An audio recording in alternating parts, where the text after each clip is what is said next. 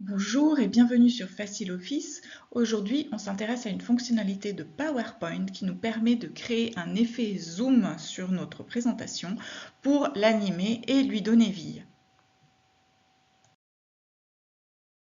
Créer une présentation avec un effet zoom, je commence par mettre des éléments sur ma diapositive que je peux animer comme je veux.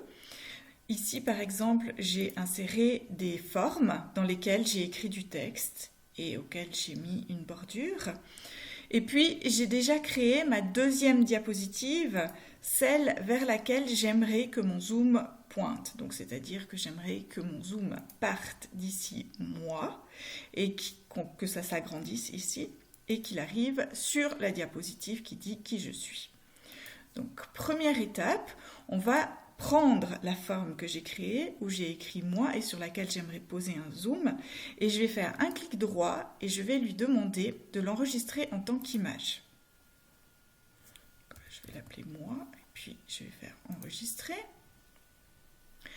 Et ça, c'est pour pouvoir en fait rendre mon zoom invisible.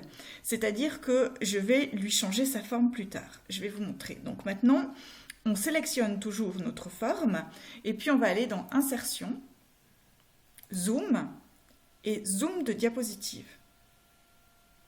Ici, il me demande vers quelle diapositive j'aimerais que mon zoom pointe. Donc je vais lui dire que je veux qu'il aille sur la deuxième diapositive et je peux faire Insérer. Et là, il a inséré l'effet zoom et on le voit parce qu'ici en haut à droite, c'est marqué zoom.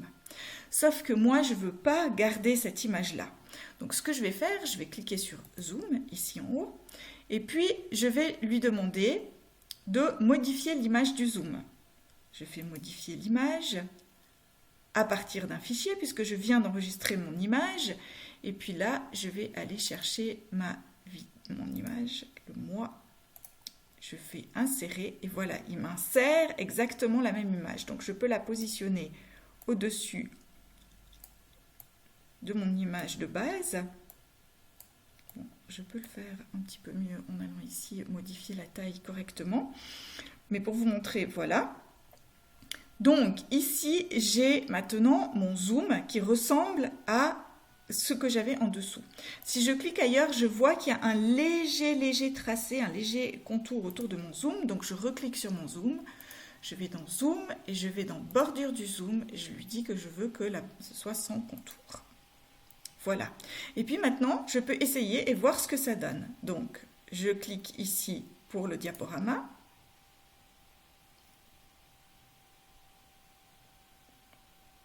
Vous voyez que j'avais déjà mis des animations sur mon diaporama et qu'il n'a pas mis d'animation sur le zoom, logiquement, puisque je ne lui ai pas demandé, mais il fait bien l'effet zoom comme je voudrais qu'il le fasse.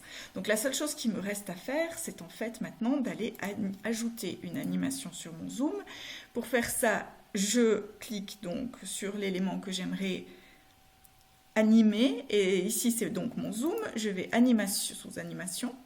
Je vais lui faire un flottant entrant à partir du haut, comme ça.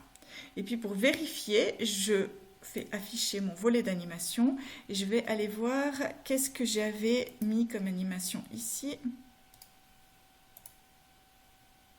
Un délai d'1 seconde et une durée de 2 secondes. Alors je vais mettre exactement la même chose. Un délai d'1 seconde et une durée de 2 secondes. Je vais faire OK. Voilà. Et puis, je vais déplacer ça en dessous de la première animation de mon image. Et puis, je vais lui demander de démarrer avec le précédent. Voilà, je recommence mon zoom, mon diaporama. Et cette fois-ci, j'ai les deux images qui arrivent en même temps. On voit à peine qu'il y a quelque chose de spécial sur celle-là. Et puis, il va me faire mon zoom comme je voulais. Voilà, j'espère que ça vous aide et que vous allez vous amuser avec ça.